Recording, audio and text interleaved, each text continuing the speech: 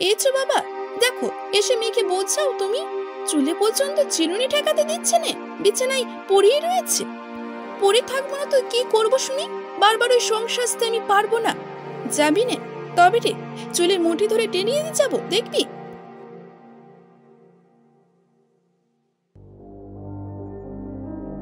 এরপরে ৫-৬ মাস কেটে গেল। ইতিমধ্যে এক ছোকরা ডাক্তারের সঙ্গে তার খুব আলাপ হয়েছে। নতুন এমবি পাশ করে জামালপুরে প্র্যাকটিস করতে এসেছে। বেশ সুন্দর চেহারা, বাড়ির অবস্থাও খুব ভালো। তার জ্যাঠামশাই এখানে বড় চাকরি করেন।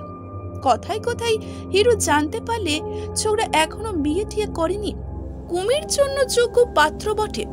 তাই হিরু তার জ্যাঠামশাইকে মেয়ে দেখতে যেতে অনেক কাকুতি মিকুতি করলো। মেয়ে দেখাও হলো বটে, কিন্তু শেষ পর্যন্ত কিছুই হলো না। তাদের কুটুম্ব পছন্দ হয়নি শোনা গেল। একে তো অজপাড়াগা, দ্বিতীয়ত তারা ভেবেছিলেন পাড়া গায়ে জমিদার কিংবা অবস্থাপন্ন ঘরের মেয়ে হবে।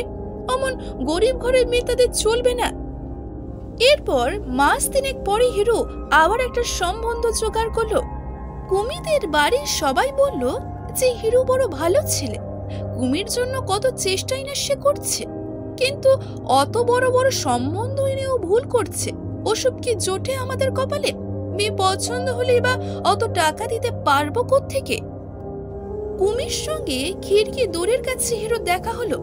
কুমি বলল, হিরোদা, তুমি কেন এসব পাগলামি করছো বলো তো? বিয়ে আমি করব না, তোমার দুটি পায়ে পড়ে তুমি ওসব বন্ধ করো।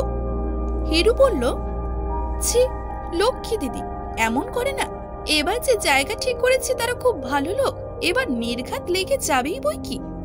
কুমি লজ্জে রাঙ্গা হয়ে বলল, তুমি যে কি বলো হিরুদা, আমার রাত্রে ঘুম হচ্ছে না জানো। লাগবে কি লাগবে না এই ভেবে মিছি মিছি আমার জন্য তোমাকে লোকে চাতা বলছে, তা জানো। তোমার পায়ে পড়ি হিরুদা, তুমি এবারে থামো। তবে হিরু এসব কোনো কথা কানেই তুলল না। পাত্রপক্ষে লোক নিয়ে এসে হাজির করলো, কিন্তু কুমি কিছুতেই এবার তাদের সামনে আসতে রাজি হলো না। সে দস্তর মতো বেঁকে বসলো। হিরু এবার বাড়ির মধ্যে ঢুকে বলল, কই পিসিমা, আপনারা দেরি করছেন কেন? কুমির মা বললেন, ও এইছো বাবা, দেখো এসে মেয়েকে বোঝাও তুমি। চুলে পর্যন্ত চিরুনি ঠেকাতে দিচ্ছে না, বিছানায় পড়িয়ে রয়েছে। কুমি ঘর থেকে বলল, পড়ে থাকবো না তো কি করবো শুনি? বারবার ওই সংসারতে আমি পারবো না, কারোর খাতিরই না।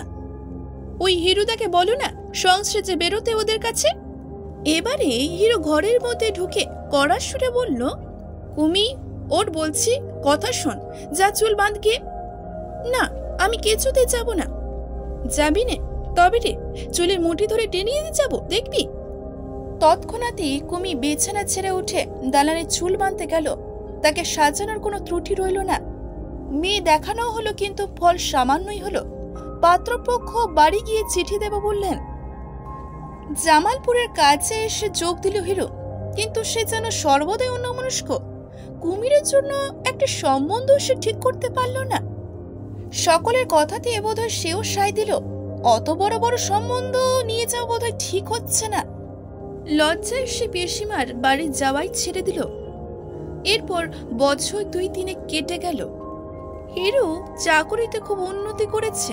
তার সুন্দর চরিত্রের গুণে হিরু আর সেই হিরু নেই, এমনি হয়। এতে আশ্চর্য হবার কিছুই নেই।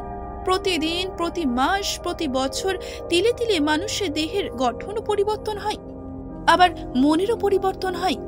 সবচেয়ে বড় কথা, হিরু অল্প অল্প করে কুমিকে ভুলেছে।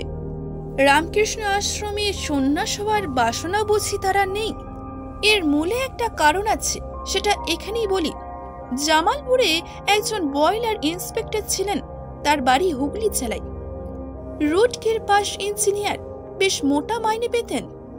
কিন্তু অদৃষ্টের দোষে ৬টি মেয়েকে বিয়ে দিতে গিয়ে সে সর্বশান্ত হয়ে পড়েছে। এখন শুধু একটি মেয়ে বাকি।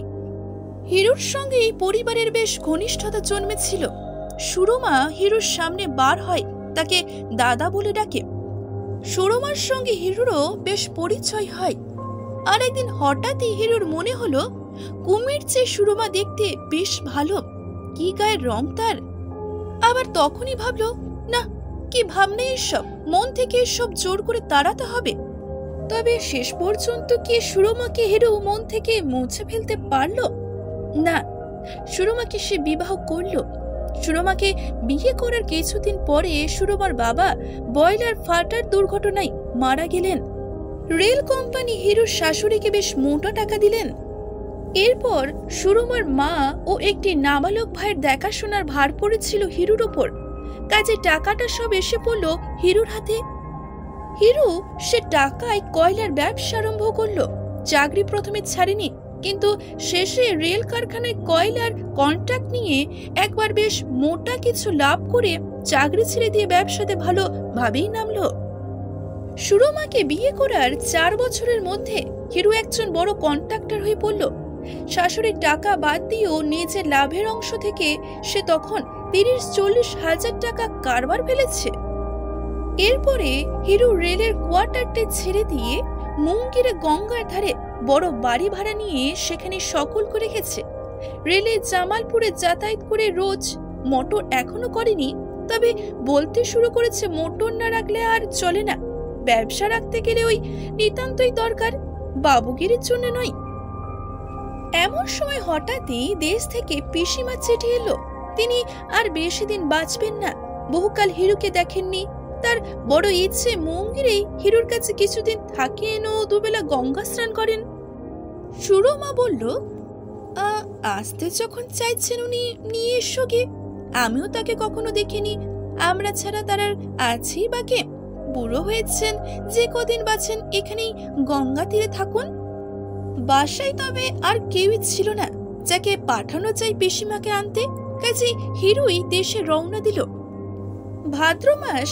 দেশ এবার ভেসে গিয়েছে অতি বৃষ্টিতে।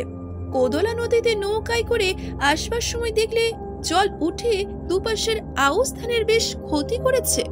পিসিমাদের গ্রামে নৌকা ভিড়তে দুপুর হয়ে গেল। ঘাটে নেমে হিরুর সেই অতীতের দৃশ্য আবার ভেসে উঠল। শুধু একটি মাত্র মুখ, অনেকদিন আগেকার মুখ, হয়তো অস্পষ্ট হয়ে গিয়েছে। পিসিমা হিরুকে দেখে যথারীতি কান্নাকাটি শুরু করে দিলেন। আরো ঢের বেশি বুড়ি হয়ে গিয়েছেন, তবে এখনো অর্থবহ হয়ে যাননি। হিরুর জন্য সে রান্না করতে যাচ্ছিল, কিন্তু হিরু বলল সে এবেলা চিড়ে খেয়ে নেবে, ওবেলা বরঞ্চ রাঁধবে সে। অনেকবার মনে করেও কুমির কথাটা বলতে সে পিসিমাকে পারছিল না। একটু বিশ্রাম করে সে মধু ডাক্তারের ডাক্তারখানায় যেয়ে বসলো। তার সাথেই গল্প করতে শুরু করলো। আর সন্ধে হবার আগেই হিরু হাটতলা থেকে উঠল। অমনি মধু ডাক্তার বলল, বসে হিরু বস, সন্ধেটা চালি। এখন না হয় বড়ই হয়েছ, পুরনো দিনের কথা ভুলে গেলে চলবে না কি হে? তবে হিরু পথশ্রমের অজুহাত দেখিয়ে উঠে পড়ল। তার শরীরটা ভালো নয়। পুরনো দিনের সব আবেষ্টনীয়র মধ্যে সে আর থাকতে চায় না। তবে কুমি এখানে আছে কিনা এই কথাটা মধু ডাক্তারকে সে জিজ্ঞেস করতে চেয়েছিল। ওদের একই পাড়ায় বাড়ি। তবে কুমিদের সম্বন্ধে মাত্র সে এইটুকুই শুনেছিল যে কুমির জ্যাঠামশাই বছর 5 হলো মারা গিয়েছেন এবং জ্যাঠতো ভাইয়েরা ওদের পৃথক করে দিয়েছে।